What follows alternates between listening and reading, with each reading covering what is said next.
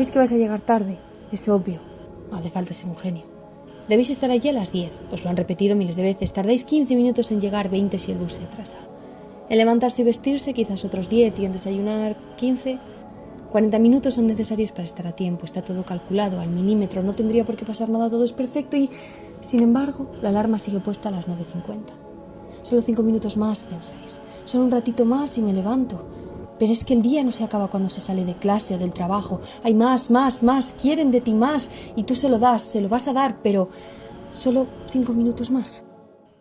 En el mundo de la era digital, la producción en masa, el trabajo bien hecho, a tiempo, sin retrasos, con alguien detrás susurrando palabras que te alientan, que sigas, que produzcas más, meter en tus 24 horas del día otras 10 de trabajo es algo que sabemos y que encima lo hemos aceptado. Está dentro de nuestras casas, de nuestras habitaciones, de nuestras mentes y aún así ponemos la alarma tarde, a sabiendo de lo que eso significa, solo para poder descansar, que ni siquiera significa dormir, solo observar. Esta inmediatez, esta viveza de lo inmediato y lo finito, impide que se desarrollen otros sentimientos además del placer vacío y momentáneo de la existencia. Trasladado a las imágenes, el arte ha sido la primera víctima de este cambio en la naturaleza del ser humano. Ya no decidimos qué ver, el límite de la visión lo establece el objetivo de una cámara. Otros lo deciden por nosotros, salvo en un formato. Un formato en el que, a pesar de estar limitado por ciertas normas, nos ofrece esa libertad, ese espejismo de decisión propia. Hablamos del videojuego. Sí, el videojuego. Eso por lo que miramos de lado actualmente a cualquier persona que permita a sus hijos cacharrear con ellos. Eso que siempre han sido los primeros en recibir el dedo acusador como culpables del aumento de la violencia en los jóvenes. Aquello por lo que se llamaba frikis o raritos a esos niños en el instituto. Y es que este género tiene algo de lo que carecen muchas de las creaciones artísticas actualmente además del ingenio. La capacidad de envolver, permitiéndonos así aún cierta libertad de acción, de visión o de exploración. El videojuego trabaja entre la creación artística y el producto de consumo para los individuos. Según el trabajo de Huizinga, el videojuego es aquello que se consolida en un como sí, pero que atrapa al espectador. Esto permite que el espectador se envuelva en la narrativa de dicho juego a través de su propia acción y su tiempo. Por tanto, no creo que haga falta repetir la consolidación que tiene el videojuego como arte, pero también cumple una función que actualmente muy pocas disciplinas llevan a cabo, pues el videojuego es acarreador de categorías estéticas, una experiencia inmersiva que te permite trabajar con diversas formas y representaciones. Si tomamos en cuenta la libertad con la que el videojuego permite que se trabaje, esa forma sin reparos de que el espectador trabaje con lo que tiene a través de limitaciones, limitadas, que no llevan a una censura de movimiento ni realización completa, está claro que muchas de las creaciones de esta disciplina van a jugar con ello. Así que hoy os vamos a hablar de lo siniestro a través del videojuego. Pero, espera. ¿Qué es eso de lo siniestro? ¿Y lo del videojuego? Además, ¿cómo se va a considerar arte un videojuego? Es que últimamente llamamos arte a cualquier cosa. A ver, si nos ponemos escépticos, todo viene de los griegos. Ellos fueron los que inventaron la gran mayoría de cosas que tenemos actualmente, pero vamos a tomar como punto de partida la modernidad, del siglo XVIII al XIX. En esta época, porque no lo hemos repetido en clase a veces nada, se produce una ruptura con la idea de la belleza. Y es que sí, aunque los griegos lo inventaron casi todo, es cierto que la idea de la belleza fue algo muy presente, un paradigma que no cambió mucho hasta la llegada de la Edad Moderna. En Grecia, la belleza siempre ha estado relacionada con un modelo de comportamiento social. La gente no solo era bella por fuera, también por dentro. Por eso, dentro de los mitos como el de Pandora, el hándicap está en que consideraban imposible que alguien bello pudiera ser malo. Con el paso del tiempo y el surgimiento de nuevas religiones, tomadas como inspiración artística, el arte se fue haciendo cada vez más grotesco. La belleza deja un vacante muy importante, que no deja de ser rellenada por numerosos autores. Kant nos presenta la crítica del juicio que el arte puede tratar de cualquier asunto y promover cualquier sentimiento, independientemente de su moralidad y del horror que puede despertar.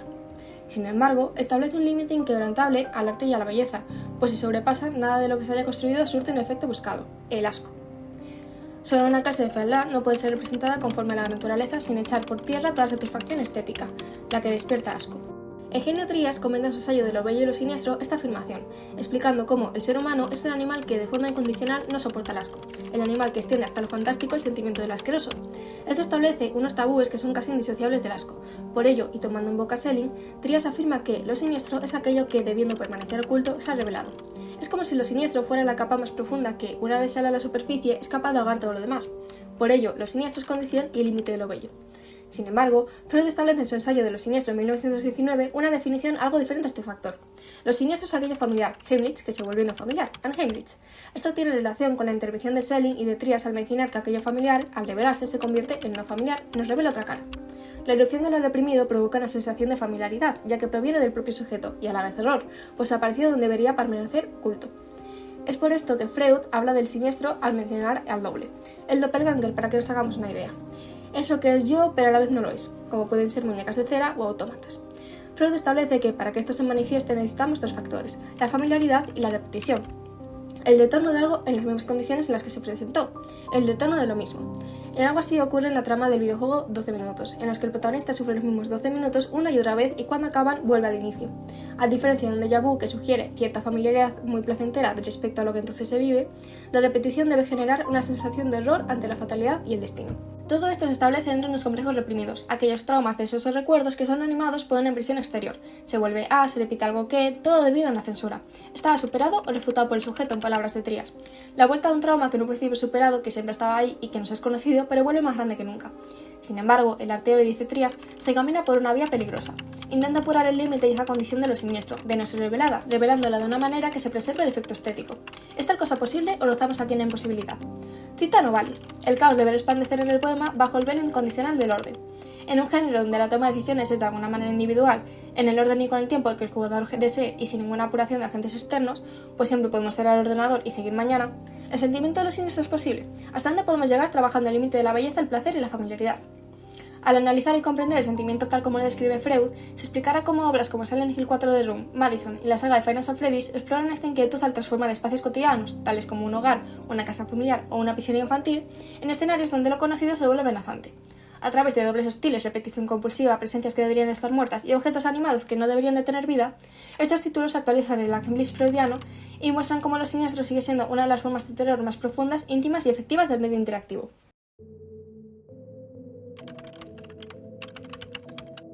A pesar de no ser nada como sus antecesores, Silent Hill 4 muestra una narrativa que nos introduce en estos conceptos que acabamos de ver con una sublimidad estrepitosa. Pero para empezar, Silent Hill es una serie de videojuegos de terror psicológico creada por Konami que debutó en 1999. A diferencia de su pionera en lo que conocemos como Survival Horror, Resident Evil, Silent Hill se caracteriza por un enfoque más psicológico, simbólico y emocional, donde el miedo proviene tanto de lo que ocurre en el entorno como en la mente de sus protagonistas. Tanto en Silent Hill 1, 2 y 3, el protagonista de todo era el pueblo, donde ocurrían los acontecimientos y donde todos los protagonistas iban a parar. Daba igual cuánto lucharan. En cambio, en The Room, Konami decide abandonar esa idea del pueblo y nos desarrolla escenarios mucho más cercanos, la casa del protagonista. Henry Townsend se despierta un día encerrado en su apartamento, en el 302 South Ashfield, fuera de Silent Hill. Los teléfonos no funcionan, nadie escucha sus gritos, las puertas y las ventanas están cerradas, siéndole imposible escapar.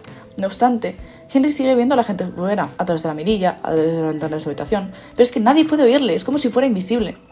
Todo esto surge de la pesadilla que lleva teniendo Henry durante los últimos 5 días, en la que recorre una versión oxidada de su casa. Lleva 5 días encerrados en una casa que, al principio, era acogedora, pero con cada minuto que pasa las cosas se van tornando más oscuras. Aparecen libros y documentos por el apartamento, notas en su puerta, o incluso llaman al teléfono estando con el cable desconectado. Las paredes se pudren, los monstruos la acechan, etc. Y es que eso, que era un espacio seguro, cada vez se pone más los pelos de punta. Si ahora mismo os preguntaran qué es lo que más os resulta familiar en vuestra vida, ¿qué responderíais? Pues seguramente a vuestros parientes, o a vuestros amigos, o esa película que habéis visto de los fines de semana, o esa canción que os sabéis todas las comas. Sin embargo, lo más familiar para uno mismo es precisamente eso, uno mismo. El ser, el cuerpo, que es lo que más conocemos, vaya. Pues pasamos con él desde el primer día que nacimos hasta el último día que volvemos a ser estrellas. Y es que el cuerpo ha sido muy usado para lo siniestro. Siempre hemos visto monstruos, reencarnaciones, deformaciones del mismo, etc. Pero aquello que trabaja Silent Hill 4 es el espacio que ocupa dicho cuerpo. El hogar es, digamos, solo una segunda capa de ese cuerpo. Es aquello que nos arropa en las noches gélidas, el lugar seguro al que volvemos cuando la vida pesa mucho, y es el que es protegido por la ley. Al igual que ya se ha hecho en muchas películas como Get Out, Hereditary y muchas más, The Room crea esta versión de un Silent Hill donde lo más importante y el detonador de toda la acción es el hogar, que debería mantenernos seguros y arropados y que en su lugar nos asfixia. Ya por empezar, el punto de partida todo torna la experiencia del videojuego en un matiz siniestro, pues además de convertir lo familiar en algo cada vez más extraño para Henry, nos presenta una repetición de acciones constante. Durante los primeros 5 días, Henry solo puede pasarse por las mismas habitaciones una y otra vez, viendo cómo todo aquello familiar y hogareño vuelve a él constantemente pero de una manera extraña, hasta que se encuentra un agujero en el baño que le permite una vía de escape de su tormentoso hogar. Esto nos puede recordar a diversas obras del cine. Una de las clásicas, El Resplandor, de Stephen King. En este caso, Jack Torrance y su familia se mudan durante el invierno a un hotel para cuidarlo mientras este está cerrado al público. Esta sensación de repetir siempre los mismos entornos, que cada vez se van haciendo más tétricos y oscuros y extraños, además de no poder de ahí sumar la experiencia de la familia y la locura de Jack. Además, después de estos días de tormento, Henry pasa a repetir de igual manera los mismos acontecimientos una y otra vez, pues conoce a diversos personajes y, tras alejarse para investigar, los encuentra muertos al volver. Algo importante a señalar dentro de esta entrega de Silent Hill es que permite la versión en primera persona. En las primeras entregas del videojuego, el personaje principal nos establece una Rückenfigur, un recurso de la pintura romántica alemana que nos presenta una figura de espaldas constante. Esta, a pesar de ser característica de otra categoría estética, lo sublime, nos permite establecer escalas con respecto a los monstruos, favorecer la identificación con dicho personaje y estimular la imaginación. Aunque la movilidad del punto de vista en Silent Hill, la mayoría del tiempo le vemos de espaldas. La visión subjetiva nos ayuda a entrar más en la piel del personaje, lo que nos establece una sensación más angustiosa que en Rückenfigur. Eso sí, esta primera persona tiene un truco, y es que en el momento en el que Henry entra por el agujero que lo saca de su apartamento, se pasa a la vista clásica en tercera persona. Es decir, lo de dentro es cómodo, es nuestro, pero lo de fuera, al ser extraño, es desconocido, y la mejor forma de hacer ver al jugador que está en un lugar que no es familiar es sacarlo también de sus carnes. Durante mucho tiempo, los videojuegos de terror cayeron en el estereotipo de casas encantadas, de espectros malignos y jumpscares por doquier. Llegó un punto en el que ya no daban esa sensación de angustia, pues te lo esperabas, pero todo esto cambió cuando salieron dos videojuegos muy importantes para el género.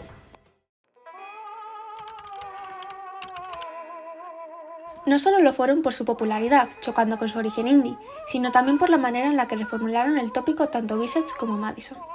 Ambos juegos nos presentan una jugabilidad pausada, resolver enigmas, sin armas, objetos, en primera persona.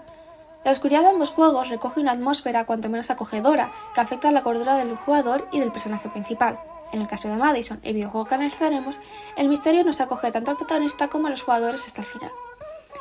La historia sigue a Luca, un joven que recibe en su 16 cumpleaños una cámara que pertenecía a un asesino en serie de 1987, Madison Hale. Luca, desconcertado, comienza a utilizarla, sufriendo repentinos desmayos, visión borrosa y dibujos involuntarios que no recuerda haber realizado. A través de fotos que alteran el entorno, Luca descubre quién fue Madison y la intención de sus asesinatos. Trataba de realizar un ritual de intercambio de cuerpos que requería 7 víctimas. Descubre también que su familia ha estado atormentada no solo por el espíritu de la asesina, sino de otro espectro, Blue Nis, quien causó la ceguera y muerte de su abuela, Elizabeth. Mientras viaja entre épocas y resuelve puzzles ligados a los crímenes de Madison, Luca se da cuenta de que durante estos episodios y desmayos ha estado siendo poseído por el espíritu y que, bajo esa influencia, atacó a su madre y hermana, como se sugiere al inicio del juego, donde oímos gritos del padre y vemos fotos de miembros amputados. Tras reunir los objetos para completar el ritual de la asesina y comprender que el asesinato de su padre es la última pieza, Luca, en un último acto de voluntad propia, completa el ciclo colgándose en la silla, reemplazando la muerte de su padre por la suya propia. Vale, pero ¿qué tiene que ver todo esto con lo siniestro? Pues bien, aquí no solo Luca es el protagonista, sino también su cámara. Es un objeto clave, pues nos ayuda a avanzar con la historia y resolver los puzzles. Sin embargo, no es simplemente una herramienta. Desde los inicios de la fotografía, el sacar imágenes fijas de un mundo en movimiento era casi considerado como magia. Nos produce un sentimiento tan íntimo y profundo ver una repetición de nuestra realidad, de forma fija en nuestras manos. Se siente casi como un espejo, como si la fotografía que acabamos de sacar fuera el portal a un mundo aparentemente igual al nuestro, pero en Madison, a través de esta cámara se nos desvela que no es tan parecido al que conocemos. Joder, pero... ¡No! A lo largo del juego, sacamos fotos de ciertos objetos que cambian o desaparecen al hacerlo. Hay momentos en los que usamos la cámara para desvelar la presencia de Madison Hale u otros espectros. Nos muestra un mundo cuya forma de abrir la cortina es la cámara. Estas imágenes irrumpen el límite trazado por la crítica kantiana y muestran imágenes que nos asustan o mínimo te hacen estar alerta. Una vez dominada la mecánica del juego, se está esperando que con cada clic de la cámara el mundo de la casa o nuestro alrededor cambie. Se espera en cualquier momento ese retorno de lo reprimido, de lo que debería haberse mantenido oculto. Esta forma de desvelar lo oculto en Madison lo trabajan mucho con las imágenes de la Virgen. La fe es una parte fundamental de los creyentes, en este caso de los cristianos. Te produce algo así llamado Hygelig, una palabra que proviene del danés y expresa un sentimiento de estar bien, de sentirse acogido en un lugar, tal como lo es la religión. En cambio, Madison utiliza dicho motivo de lo siniestro para tornar esa tranquilidad en incomodidad. El personaje de Madison Hale está eternamente vinculado a lo religioso. El ritual que está intentando llevar a cabo, la catedral de San Júpiter y coros bíblicos que nos presentan en un ambiente lleno de velas, estatuas de la Virgen que te acaban persiguiendo, yendo detrás de ti, acechando, la redención que se le quiso brindar al cadáver de Madison tras su muerte o la tribulación de Luca, son imágenes que, a pesar de todos ser cercanos a la religión de una manera u otra, nos revelan un punto de vista que, en un principio, no debería haberse mostrado. Además de todo esto, Madison nos revela imágenes que no solo generan miedo, sino también asco. Como hemos explicado, todo aquello que tiene que ver con el daño físico, como amputaciones, el cuerpo que no es propio, desgarramiento, sangre, es considerado bajo el ojo freudiano como siniestro, en especial si ese daño es producido en órganos que consideramos valiosos, hasta íntimos.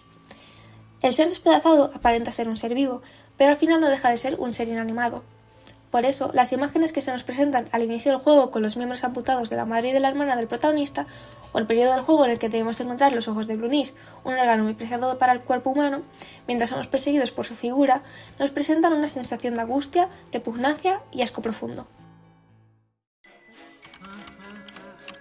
Tomando como hilo de referencia esta imagen del demonio de Blunis, un ser aparentemente humano, pero con un cuerpo distorsionado, cuencas vacías, un personaje que no debería tener vida, pues pertenece a un libro infantil, pasamos a una saga de videojuegos larga y conocida.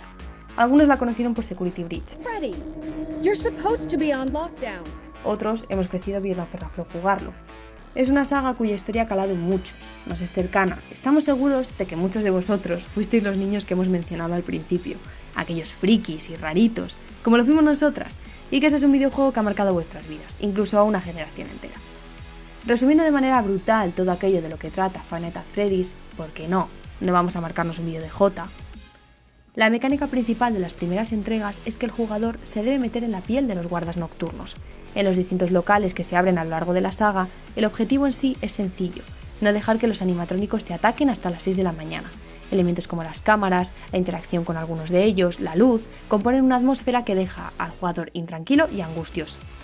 Pero entonces, ¿esto qué tiene que ver con lo siniestro? Además de que tienes máquinas oxidadas jodiéndote el turno de noche. La historia de Five Nights at Freddy's, construida a través de los videojuegos oficiales, pero también con películas, minijuegos, foros de internet o interacciones y explicaciones del creador Scott Cawthon en Twitter o Reddit, comienza con dos amigos, William Afton y Henry Emily. Estos ingenieros crean robots destinados a entretener en diversos restaurantes familiares que van abriendo a lo largo de la saga. William Afton, sin embargo, comienza a matar niños dentro del restaurante, aunque no sabemos muy bien por qué, atrapando sus almas dentro de dichos animatrónicos. La tragedia persigue a la familia de ambos, acabando con la destrucción del último local, los últimos animatrónicos y el asesinato de William. Esta es la razón de que los restaurantes que se van abriendo, Fredbear Family Dinner, Freddy Fazbear Pizza, Circus Baby Pizza World, etc., tengan esta estética infantil, restaurantes, pues eso, familiares. Todos hemos ido celebrados fiestas de cumpleaños en lugares hechos específicamente para niños, parques, salas de juegos, atracciones, restaurantes de comida rápida. Son lugares que recordamos con cariño, porque están llenos de aquello que nos apasionaba de pequeños y nos llenaba de ilusión. Nuestros amigos, comida basura que no nos dejaban comer, música, piscinas de bolas, incluso tienen un aire nostálgico. Los animatrónicos que se van creando, a pesar de no asemejarse del todo a Toby, nuestro oso de peluche, son de apariencia algo más inocente. Al final esto es una historia que hemos visto miles de veces en distintas películas, Annabelle, The Boy, Chucky, pero lo que diferencia a Five Nights at Freddy's es su entorno. No trabaja como tal el hogar, eso que hemos definido como una segunda capa del cuerpo, sino que nos es cercana, pues nos presenta lugares tan familiares que creemos conocer a la perfección, aquellos que se llenan de ilusión en el corazón de los niños. Los animatrónicos no tienen ya de por sí una apariencia espeluznante, a pesar de que, como a uno de los hijos de Afton, Crying Child, nos puedan aterrar. Están llenos de colores, brillos, te invitan a ir con ellos, te atraen, te recuerdan lo divertido que es ser un niño, pues esa era la intención de Afton, atraerlos y atraparlos. Es entonces cuando desvelan aquello reprimido y bailan entre lo inerte y lo animado. Freud limita lo siniestro al hablar de muñecos mecánicos, de cera, aquellos que parecen humanos pero que no lo son enteramente. El Uncanny Valley se refiere a la sensación de repulsión o incomodidad que experimentan las personas cuando un robot, animación o personaje artificial se parece casi, pero no del todo, a un ser humano. Este término, o más bien esta sensación, fue estudiada por el profesor Masahiro Mori, robótico japonés, en 1970, explicando que la familiaridad con estos objetos aumenta a medida que se parecen más a humanos, pero cae bruscamente en una zona de inquietud justo antes de la semejanza perfecta.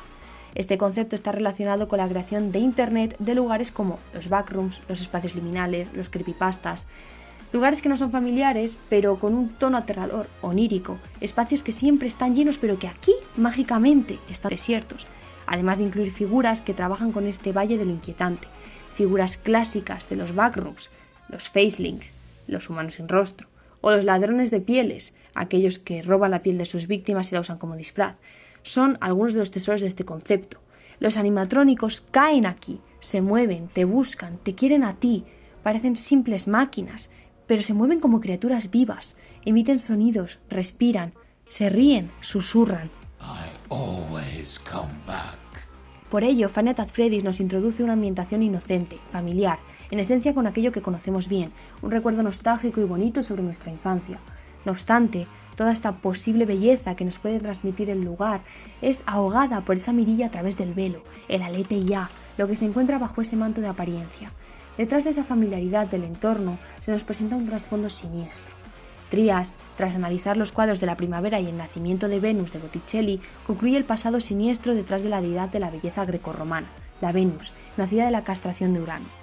En FNAF, el entretenimiento de los clientes de los locales, esa belleza del pasar un rato en familia o celebrar el cumpleaños del crío, camufla el horrible destino que estos afrontan al cruzar esas puertas.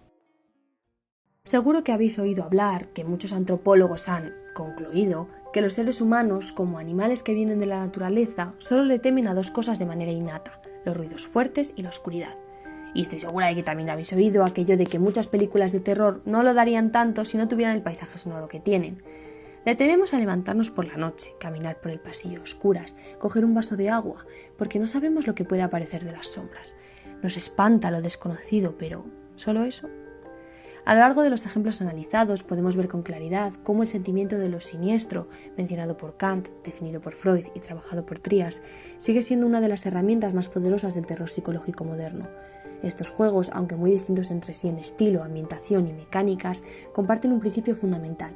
No tememos solo a lo desconocido, sino a lo familiar que se quiebra, se deforma, revela aquello que intentábamos no ver, ese origen malvado y aterrador, de aquello que se nos presenta como común, bello. En Silent Hill 4, lo siniestro brota del hogar convertido en prisión, del espacio íntimo contaminado por traumas. En Madison, lo siniestro emerge de revelar lo reprimido a través de una cámara que capta lo invisible. Y en Final Fantasy Freddy's, este se encarna en los animatrónicos infantiles convertidos en entidades. Todos estos juegos aplican, con lenguajes visuales distintos, pilares freudianos de lo siniestro. Lo familiar vuelto extraño, lo reprimido que retorna, la ambigüedad entre vida y muerte, la repetición compulsiva. Esta combinación genera un terror que no solo busca sobresaltar, sino perturbar, romper la lógica. Con todo esto se demuestra que el terror más duradero no proviene de los monstruos externos, sino del desdoblamiento de lo que creemos conocer. El hogar, la familia, la infancia, los recuerdos. Cuando lo cotidiano se fractura, cuando lo reprimido emerge, cuando lo familiar se convierte en amenaza, aparece lo siniestro. Ese miedo profundo y psicológico que Freud identificó hace más de un siglo sigue siendo hoy el núcleo del horror más efectivo en disciplinas olvidadas como los videojuegos.